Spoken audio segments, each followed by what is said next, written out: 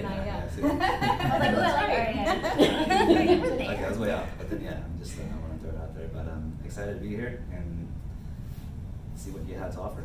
Cool, man. Thank you guys for sharing. I'm Jessica Smith. I'm a yoga instructor. I used to teach everything, like from K through 12, and then I even worked at a college as a person who taught workshops. So I'm used to doing this and talking in front of people, even though I get nervous. I have my own yoga company, so most of you guys know, but if you don't, I basically travel around and do corporate wellness. So I teach yoga at iHeartRadio. I do Jackson Laboratories for their workers because they're super stressed out. They have to like deal with live mice and kill the mice and put electrodes on them. So I teach them how to overcome some of that emotional fatigue, which they can feel, and through yoga. So that's what we're going to do. Everything's going to be yoga based. And I say yoga based, but we're even pulling from other ancient practices. Okay, I will quote the Bible, even though I'm not Christian or Catholic, and I will quote Lao Tzu, even though I'm not practice Confucianism or Taoism. I actually practice Taoism, and I'll quote things from the Bhagavad Gita and things from Indian culture. So that way you have that ancient frame of reference, but also we're going to talk about the science, the modern science reference, because modern science is just really, as of the 70s, started to talk about the mind and consciousness. Isn't that some stuff? When we think about consciousness, it's a perfect segue. I know, right? When we think about consciousness, we think, oh, modern science hasn't we haven't discovered everything that we need to know. But actually, the ancients knew so much stuff for centuries. Let's just say this is 20 is almost there, and this is 0. This is when Jesus was born, CE, BCE. Okay, we've been talking about consciousness since about 3000 BCE, before Christ era, to like 1500 BCE. Okay, in that time, that's Egyptian, that's Greek, that's Aryan Hindu, that's in ancient Indian civilization. And in the 1970s, is it 1970s? No, and in the 1600s, sometime around here, is when we really started to get into the mainstream scientific analysis of consciousness. We'll get more into this in a minute, because it's so interesting. I love history. But let's take a minute to meditate. I'm going to teach you an easy one. Okay, so pens down. Let's relax for a minute. I definitely have anxiety because I'm excited. So I'm going to calm that level of anxiety down. Sit comfortably where things are not overlapping. So leg on top of leg is fine, but leg intersecting the other one, probably not as comfortable. Great, you guys look great. Hands on your lap and palms faced up. And take a moment to breathe from your belly all the way into your chest from your nose. And exhale out the mouth.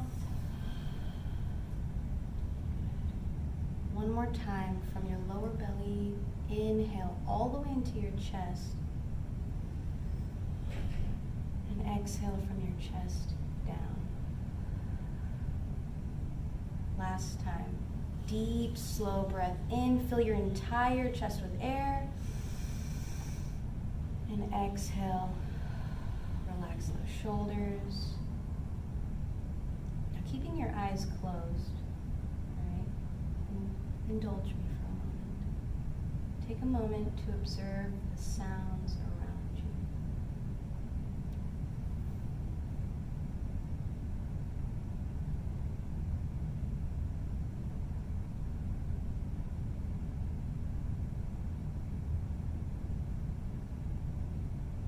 Breathing in through your nose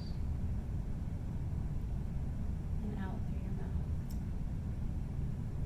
Letting your jaw relax.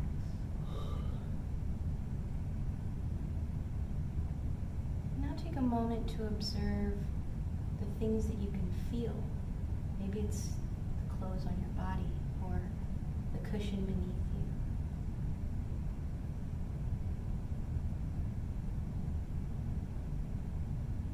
And with every exhale you take, relax into those feelings.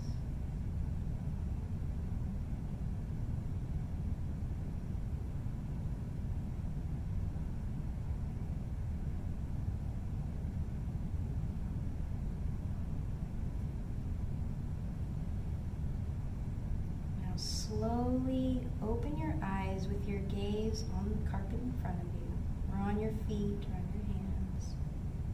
And as you breathe, notice your fingers, or notice the clothing on your legs. And just capturing anything that you can see.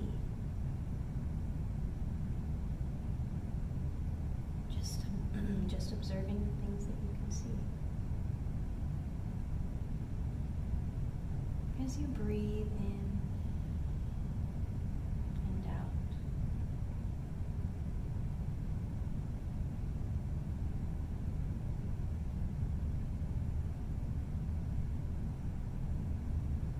Now squeeze your hands and bring your gaze up and come back to us here in this circle. Right now we're in this moment, and whatever you have going on outside of this room, you can't do anything about it. So we'll let it go and leave it there. No! Sorry. Just kidding. It's all good. Because we can't do anything about it, even if you did pick up the phone. So we're here for this moment. This is called the 3x3 meditation. So if you have a sudden attack of anxiety or a sudden depressive thought comes through, and you find yourself in a space of like a negative spiral downward, just trust me, I know, because I suffered heavily from depression and anxiety. You start to notice that you're going downhill. Take a moment to put everything down. Listen, feel, and then see. Okay? And we do it 3x3. It's called 3x3 because we like to pick 3 things, like 3 sounds, 3 things that we can feel, and 3 things that we can see. So let's practice that really quickly before we get into lecture. So taking a deep breath. I know you're already losing. Do you need coffee? I know I'm cold. Okay. My eyes are on fire. So. I feel it. I know, I was just sick last week. So we'll take a moment to practice this. That way, when you leave here, you're confident that you can exhibit or demonstrate this on your own whenever you need it. And you might not be perfect at it at first, and that's okay. I wasn't either when I first learned it in therapy 10 years ago, 15 years ago. All right, so let's start, and we start with our breath. Breathing in from our lower belly, all the way into our chest, and exhaling from our chest down.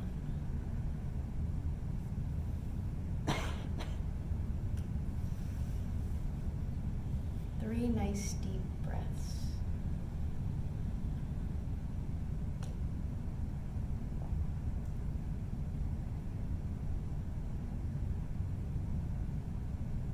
After your breaths, noticing the sounds around you.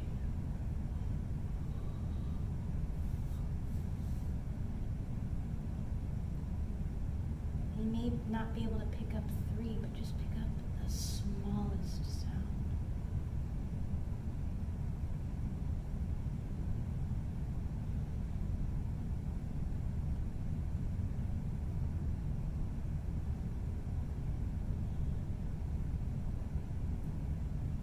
Moving your awareness onto the things that you can feel.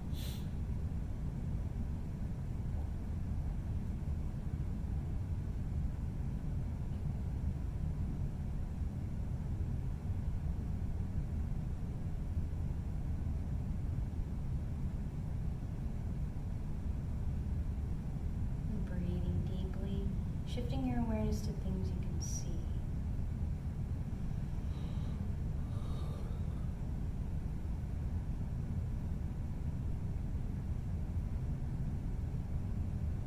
Squeeze your fingers, stretch your body out, wiggle about, and come back to us here. Anybody have any questions, concerns, comments? Is everybody able to relax and get into this moment? Does anybody still feel like they got racing thoughts? They probably, if you didn't have them already, that's great, you're ahead of the game. Do you have a question? Yeah. When we're thinking of 3 things we can feel, is it physically feel? What did you interpret when I said that? Initially, physically, but then when I was doing it, it was internal. I think you're on the right track either way, Okay. frankly. Okay. Because that's what meditation is. It is noticing what's happening internally. But what I've heard so many people say is, I can never meditate. And this allows you to get in there. So the first time you got your outer exterior, your physical vessel, and then the second time you went in. I didn't have to tell you to go in, but you did that on your own. Yeah. That means I'm awesome teacher, not just playing. You're an awesome student. Thank you guys for taking that time to practice that. That was awesome to see you guys do, and I hope that you can take it and keep using it. And if you feel like you're struggling through it, please contact me so we can continue to do that. We are going to do a lot of meditating, and I'll show you a bunch of stuff. All right, shifting gears. So, consciousness has been a topic for centuries. When the Aryan Hindus came to India around between this time, they're not really sure when it happened. It was between 2000 BC and 1500. They likely had existed 1,000 years prior. And this is kind of where meditation starts to come in and yoga. Now, they used meditation to unlock the human mind. Erskine is an author, excuse me. And in his, I don't have his article on me in front of me at the moment, so I'll get it to you via email. But Erskine said that Aryan Hindus had devoted centuries in unraveling the secrets of the control of the human mind. And a select sect in the Hindu priesthood taught these methods of the science of the mind to carefully selected youths. And this is what we called the mystery schools back in the day. So people who were part of these mystery schools were learning the stuff that I am trying to teach people, or other healing practitioners are trying to teach people, which I think is awesome because it's emerging once again. But they kept it to a very small group, and that's why we have the term esoteric. So the things that we learn are esoteric, belonging to a small group of people. Right? This stuff that we talk about wasn't mainstream. If you were an adept, a person who practiced yoga and meditation, you had the right to learn this. But if you were a peasant, no, you did not have the right to learn this. So this was only for certain few people. The Stoics, and this was around 300 BC.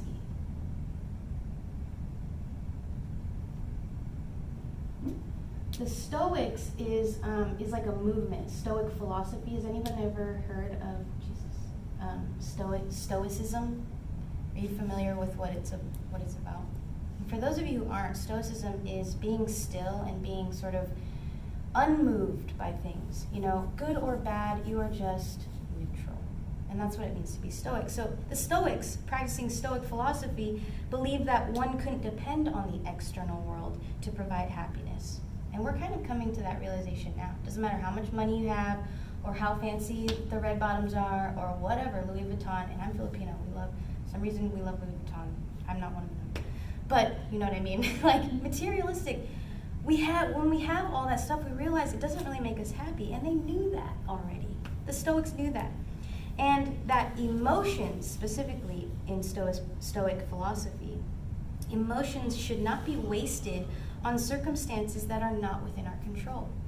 If it's not something we can control, if we can't change that human being that we live with, why are we going to waste our time being upset about how we can't change them? Let's shift our energy and let's utilize that very important energy for something much more important. The inner workings of the mind started to become mainstream by Leibowitz, who brought it into mainstream psychology around 1600s. And I'm talking about the subconscious. And if I wasn't clear before, the subconscious mind and the conscious mind have been a topic of discussion for centuries, since about this time.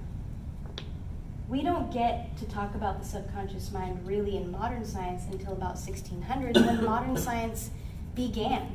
There was a society called the Royal Republic of Scientists or something like that. And that was in 1660. And they were scientists who believed in God and were doing modern science, created modern science. Newton, Bacon, Emerson, all these guys we know who are great scientists, started to do experiments to prove the existence of God and consciousness. And so that's when we start to have these discussions. And since then, German psychologists have taught that much of our mental work is done without consciousness. The subconscious mind directs 95% of our actions. But what is informing our subconscious mind? Everything that we see and hear and say to ourselves and hear people say to us, we absorb and we take it in. And then that directs 95% of our actions. Our subconscious mind doesn't know what a lie is. It's just like, oh, the sky is red? Okay, gonna take it in. I'm gonna absorb all of it. Oh, you called me stupid? Okay, I'm gonna absorb that. I'm gonna direct myself later. And we don't know that. And that's why media and social media, TV, movies is so important to watch what we watch and watch what we listen to. And I like gangster rap. I really do. I do. But like when I'm listening to something, I'm like, man, this isn't good for my psyche. You know, like I gotta cut it out. Because it doesn't talk about good stuff. The beat's awesome. It's off the hook. But I gotta be careful what I put in my brain and what I put in my children's brains. Because they're gonna be directed.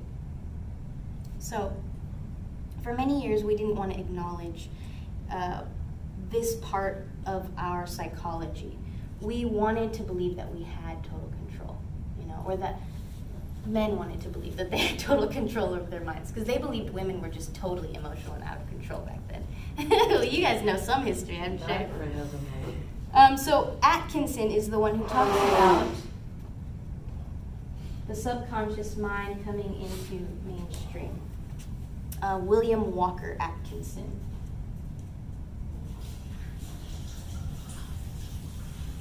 So if you want to look him up. And I have his paper as well, or article. Joseph Murphy has a book called The Power of the Subconscious Mind. And what I like about Joseph Murphy is he's not your typical modern scientist. He's doing what I'm trying to do by bringing the ancient stuff to the modern stuff and vice versa. He wrote a book called The Power of Your Subconscious Mind. The Power of Your Subconscious Mind, and he was the minister of New Thought Philosophy and Church of Divine Science, and a psychologist. But he describes the conscious mind like being a watchman at the gate of your mind. Okay, the subconscious mind, quote, does not make comparisons or contrasts, neither does it reason and think things out for itself. So the conscious mind must filter out false impressions. Okay, what does that mean? The subconscious mind takes everything in. The conscious mind must filter out negative emotions or negative thoughts. Okay, and now we're here where we don't want to be. Okay, we pumped our subconscious mind with a bunch of BS, and we grew up in environments that were really traumatizing. And now we don't even know how to be conscious of some of the things that we do. All right, and that's what this class is hopefully going to help bring out. And that can be tough because some of the false impressions in us are that we're not worthy, that we're not good enough, that we're not lovable unless.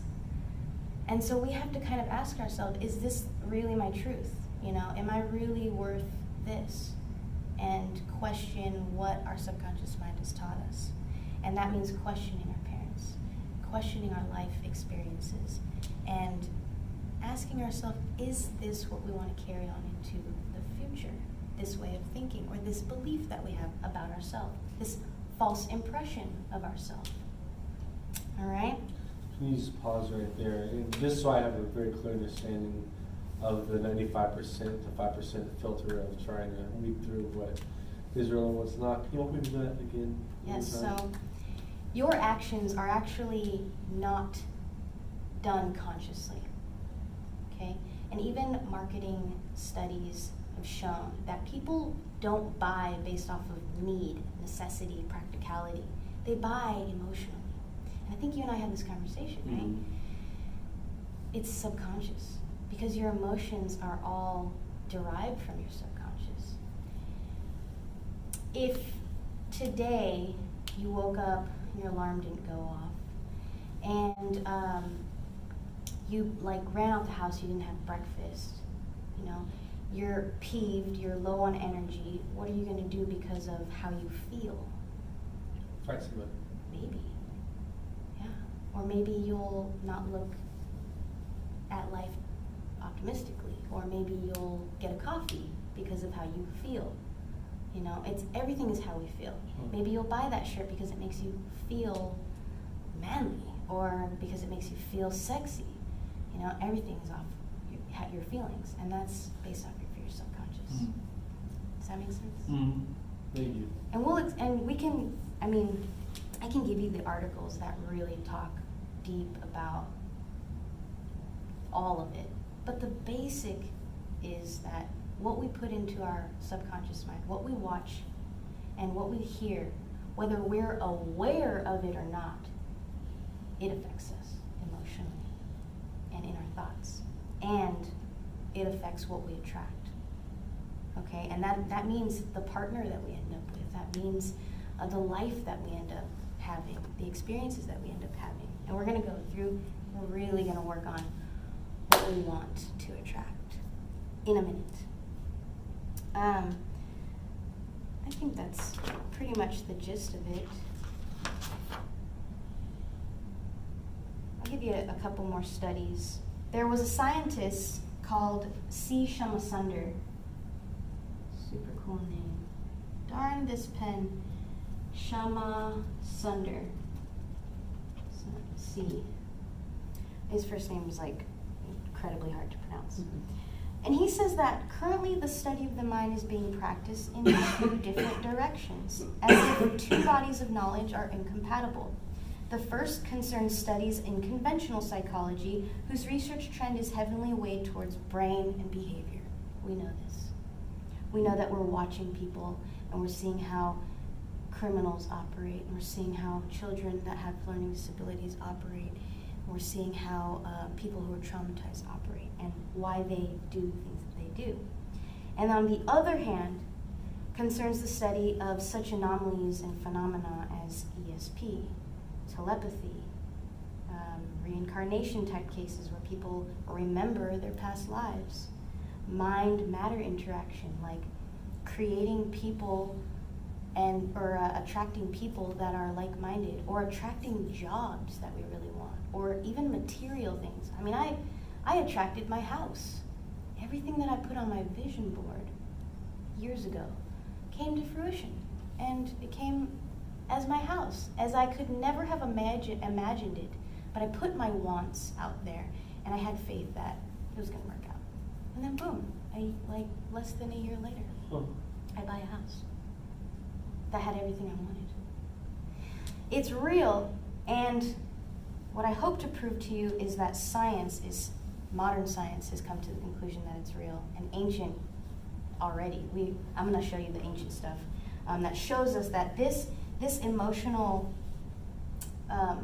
point of attraction brings us all of our experiences, and that kind of means the bad ones too, unfortunately. And that's what I want us to, that's the hard part, because I was traumatized as a child. I've been physically, verbally, emotionally, sexually abused. And to say that I attracted that, I mean, people look at me and they're like, you're fucking crazy. Like, why would you say that you attracted that? But I didn't know.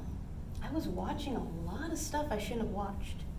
I was immersed into a lot of things that as a young child at 4, I probably shouldn't have seen. And so could it be possible that according to this information that I had attracted that through my emotional resonance? It's possible. It's possible. And I'm okay with admitting that. And it might jar you at first. But we'll get into more of why I'm comfortable now. Admitting that perhaps my emotional point of attraction, because of what I learned from my mother, what she learned and what's in our DNA, had caused me to live this kind of sort of traumatic childhood. But all for the better, because I'm here where I am, teaching you this, and I wouldn't be here today if it weren't for that, so I'm very grateful. Nevertheless, to shift focus from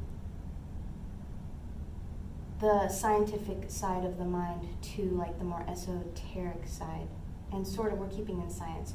Another author who talks about mental health and yoga is Vorkapik. Is this helpful to you for me to write the names? Is this something that you guys find of value? Otherwise, I don't have to. Just write them, because someone take a picture of that later. Okay, cool. Look them up. Camila Vorkapik. She's the author of Yoga and Mental Health, a dialogue between ancient wisdom and modern psychology.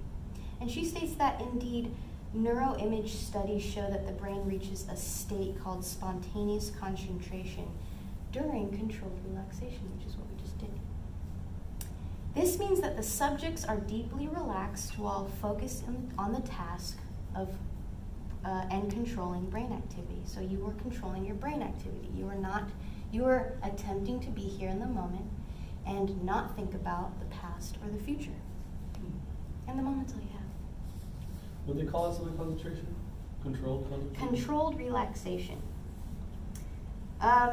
Based on observations, she says, of the brain's electrical activity, alpha and theta waves increase. That might mean nothing to you if we're not scientists here, but. And the authors concluded that the relaxation response generated by yoga produces what's called hypnagogic mental state, or not an awake state, not a REM or deep sleep state. But during this mental state, which you guys were just in, consciousness seems to be more open to external and internal aspects such as self-suggestion. So what does this have to do with the subconscious mind? In meditation, your mind, your brain, your subconscious part of your brain is open to suggestion.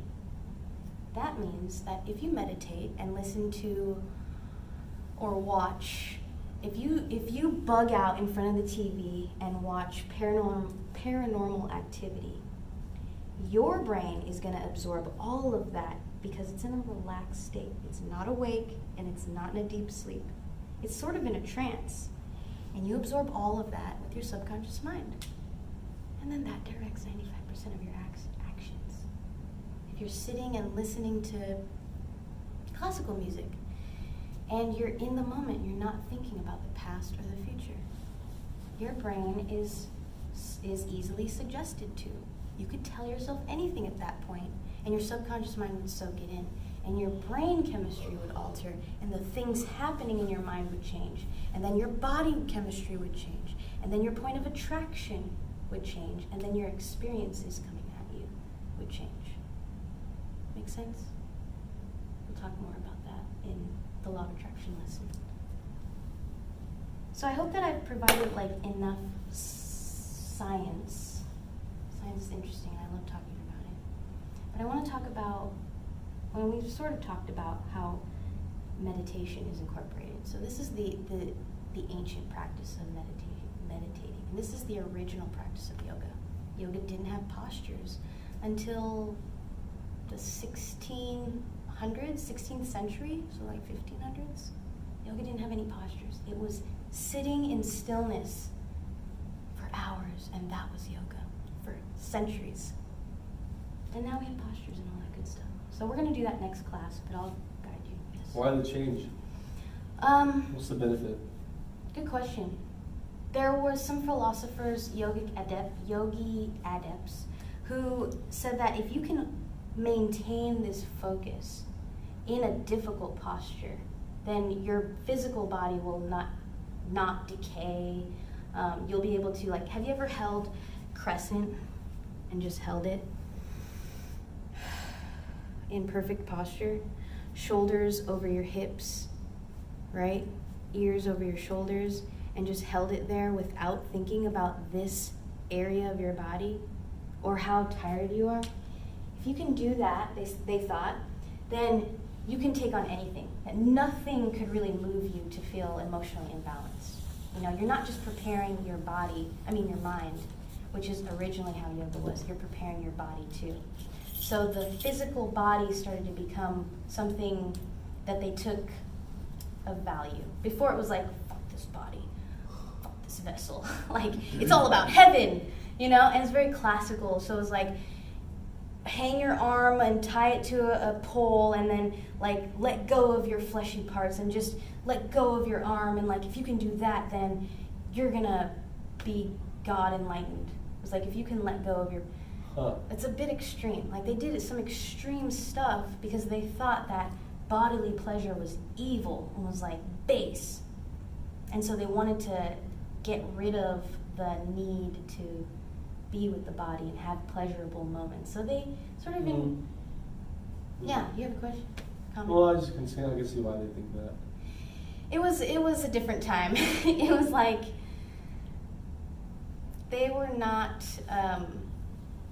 as open and like accepting. It was very like either you are for bodily pleasure and you're a deviant heathen, or you're with God and you like rebuke bodily pleasures and your vessel, your physical vessel, and you only hone in on your spirit. So back for between like no, it was classical, so it was like in this time around here, like 200 to 700 or 800 BC, so after Christ was born. Okay, just a little. Do you guys understand? Does this make sense to you? Okay, you get it. Okay, cool. Anybody like confused as to why 0 is in the middle? Okay. Anybody? I actually don't know why. I You thought it don't? wasn't to scale. I thought he was making a point. No, this is like our timeline of how we perceive time. The Western Christian time. The Western Christian time, yeah, The Roman Catholic. white people. It's in all other cultures. It's not like that. Exactly. So our calendar starts when Jesus was born, which was year 0. He dies, just for frame of reference, 33 CE, AD, whatever you want to call it. And then the first book of the New Testament is written in 70 CE by Mark. That's a little Bible history for you. The Old Testament was written far before because they were finding scrolls. But anyway, and I'll quote some of these ancient texts as well. That's why I'm kind of making a timeline so you can see that some of these texts predate the Bible, but what the Bible is saying takes from some of these texts. So it all correlates, and then connecting it to modern science today, everything is saying the same thing. It's so cool. It just makes my job easier. Sorry to interrupt, but Yeah. wasn't there a bathroom? Yes, so there's a key. If you exit this door on a hook straight ahead, when you walk through this door, there's a key. You can go straight down the hall. Okay. Yeah. Excuse me. Yes. The key's hanging next to the entrance to Emily's office. Okay, so I hope that kind of gives you an idea of the importance of the subconscious mind, how we really want to cultivate our relationship with it and make it better, because we don't want to just shove a bunch of junk in our mind, which, I've done. That's our lives. I know, right? Like, look at I know. And even the stuff my kids are watching, I'm like, oh man, this is going to get into their subconscious mind. Like High School Musical. My daughter is obsessed with like relationships because she constantly sees women in relationships on her cartoons and on her kids shows. All these girls are in relationships. So, yeah, definitely something. It's hard. You You just- want Throat. to protect the kids and give them a perfect world, but then they don't. Like my son, who did the Waldorf thing for Cohen, was like, Oh, I love they don't know. Yeah, they won't know how to fit into society and take all the crap society's throwing out there. They're gonna, what is this? Yeah. That's They're a gonna good feel like point. they don't fit in. Yeah. So they have to be. I feel they have to Yeah. be introduced to everything, but because they limit it and pick and choose. Yeah, everything in moderation, everything in balance. I like the Waldorf philosophy. But yeah, you're right. You kind of need to immerse them in like, Reality. we'll call it reality. I even know. though It doesn't. I got one relative. for it. Right. Okay, so I got a question for you guys. What do you regularly tell yourself? What is something that you constantly tell yourself? I'll tell you. Is it rhetorical, or you want us to say? No, I want you to think about it. Like, what do you? And then if you want to share out. I'll Very share. aware. Yeah. Oh, What is just it? that I'm not good enough. I'm not smart enough. I'm not pretty enough. I'm not fit enough. I'm not. But I'm happy. You can't say I'm not happy enough because I'm happy, Yeah. right? I just don't like myself. But thank you for admitting that you regularly say that. I think a lot of us can relate to that. Yeah, I think so. I tell And myself that's the I'm broke all the subconscious, time. right? Yeah. And then, how do you feel telling yourself that? Oh, because as I become more aware, I feel I'm aware of it, and so I can stop it. Not always, but usually. And Emily's been good for me that way. That couple doing that, and just that being aware, catching myself, whether my anger, things that my triggers, I'm aware of them now. Yeah. And so even though they're there, I can stop them and think of them and flush them. Yeah. And that feels really, really good. But the self-talk is the hardest. It really is. It is. We're going to get in depth and look at some studies that talk about that next class, and really talk about how words make us feel, because we can feel the words we tell ourselves. It affects everything. Anybody else tell themselves something regular they want to share? Yeah. Sure. It's kind of like positive and negative. I'll say that I'm not worthy, but then I'll say that I deserve. Mm. You know, like I deserve to. I don't know what an example would be. To be here. Oh, to be here. Like you deserve happiness. Like I deserve better. Yeah. You know. Yeah. Like I know that I'm worthy. That I know that that I have these capabilities, and I'm being underappreciated. Yeah. You know, so I deserve better, Yeah. like a better job or whatever. Mm. It's like the internal battle of our ego. Yeah. And our spirit. Yeah, a lot of the times it's that way for me. I think that's a good sign. And I'll tell you why. It tells me that you're at a crossroads of a mental shift. Yeah. You're in the middle of the ego and the spirit, and you're trying to keep peace. That can be exhausting right there. I get it. It's exhausting. Yeah, totally. But you're just like next to the place where you really want to be, which is on the side of your spirit, knows everything. I and feel is like I'm calm. headed that way. Yes. Yeah, I'm taking little steps and things are coming into my life that is like letting me stay on that path. So, yeah. I'm reminded of our last conversation we had. We talked about guilt and shame versus honor. Mm. And that's something that I constantly think it derives from, because I like to look at the most simplistic roots to see how things grow and develop. So if you track backward from telling yourself, that you're not good enough, that, you could do better, you deserve more, it comes from the bad feeling that you had, that place there to begin with. I've been thinking about, nonstop, all the bad things that I've done, all the times I felt like I let someone down, and being able to address those feelings. I've been trying to replace it with honor and explaining to those people how I felt about it. And so that's been, that's all I had. That's awesome. Yeah. That's really good. That's good to hear. Yeah. That's been, I'm telling you, everything. That's why I had to go again. Every relationship I've had so far, when I practice the things you've been teaching, I've turned it all around. That's This is so good to hear. So crazy. Thank you. Thank you even for like doing the most it. stressful situations. Like last time, Mom was really mad at me because she didn't get a hold of me for some reason. I'm not getting into it. And I she know, was I'm a like, mom. "What? Because your dad a problem." I was like, "Well, Mom, I'm just talking about this. What's going on?" Yeah. She's like, "What do you hope to achieve by yelling at me right now? Like, how angry do you really want to be with me right now? Let's just talk this out. This was a mistake, but let's let the crime fit the punishment." Pretty And empowering. and once she got home, it was like she tucked me in. I got like a glass of milk. That's so It was awesome. great. It was great. That's awesome, dude. Thank you. Oh. Thank you for practicing it, because I've had students who, oh, God, I really want to help, but I can't because you don't want to help yourself. But I'm here when that changes. Feel me? So thank you. Andy, the question that I asked was, what do you regularly tell yourself? What do you feed your subconscious mind with? For the biggest part of my life, it was very negative. I think it was just because of the way I was raised, with kind of like, being criticized, being told negative things. I grew up and I would have that voice in my head, just constantly judging myself, like 24/7.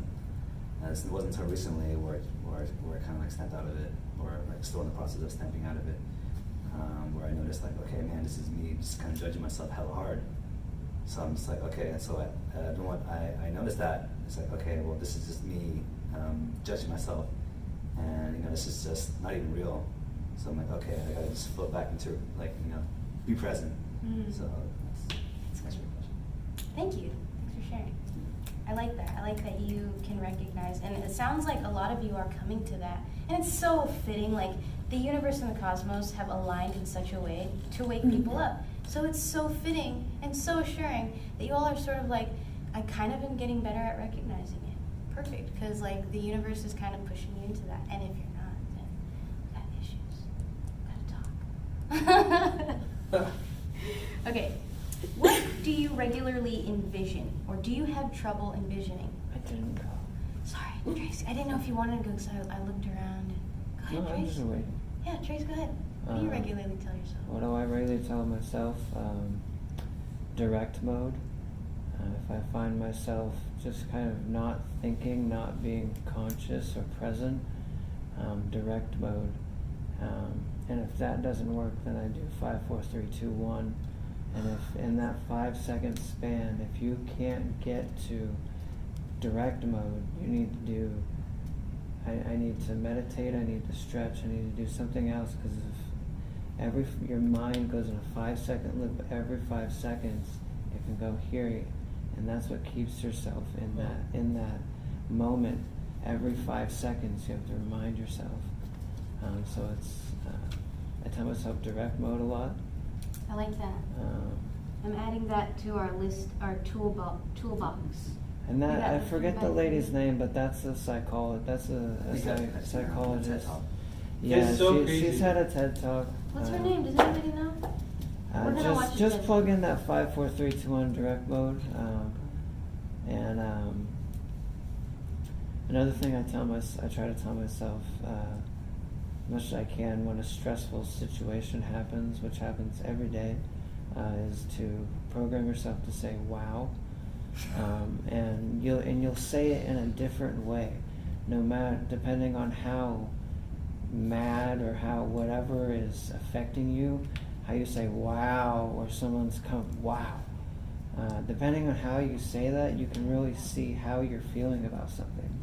Instead of saying "shit" or That's mine. It's just wow. Someone really does you wrong, you're like wow. God bless them. Yeah, no, That's I what know. I I say. like that. Like, though. I wow, like what the that. God other bless tone. you. Wow, I can't believe you did that, right? Yeah. God bless you. Yeah, I like that.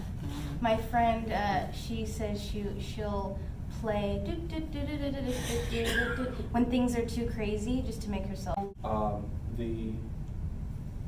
Some of the things you said earlier, the vision board, actually, that was the second time or third time I heard to the today. Some of my other notes I have. It says it's all kind of like. I know, it's so Oh, beautiful yeah. how everything's coming together. And side note, because I talk about this in my yoga classes, this time frame right now, from November 26th this past to December 17th, is such a magical time, because Jupiter's moving out of Sagittarius, and before Jupiter moves out of Sagittarius, the sign that it rules, it likes to give presents to everybody. So like everybody's kind of receiving something during this time. I So love it's pretty Jupiter. cool, I know. So just expect it, and if you expect it, your subconscious mind thinks it's true, and it'll direct exactly, it's true whether you like it or not. Okay, everybody good with, ready to vision board? What time is it? It is 6:37. Cool, I'm only 7 minutes. 42. All right. Thanks, Andy. Good friend. I have one reading, and it's the Upanishads Manduka, and it's attached in your packet. And just in the interest of time, perhaps you would like to read it on your own, and then I don't have to popcorn you, and you can read it in person, like a 5th grader who hates doing that. So I'm going to let you read this on your own. But it talks about the conscious mind, or the consciousness and its phases. And this text was written, believed to be written sometime in this. We don't know exactly when. This is thousands of years it could have been written. But it's really old text. Okay? So the first page talks about the reading, and then the second page is the reading. And it's short. It's very short. And then I'll have some questions for you guys if you come next class on how you liked it and what you thought about it. Real quick. Yeah. I think there's a lot more here than 2 pages I have. I have consciousness in its phases. Yep.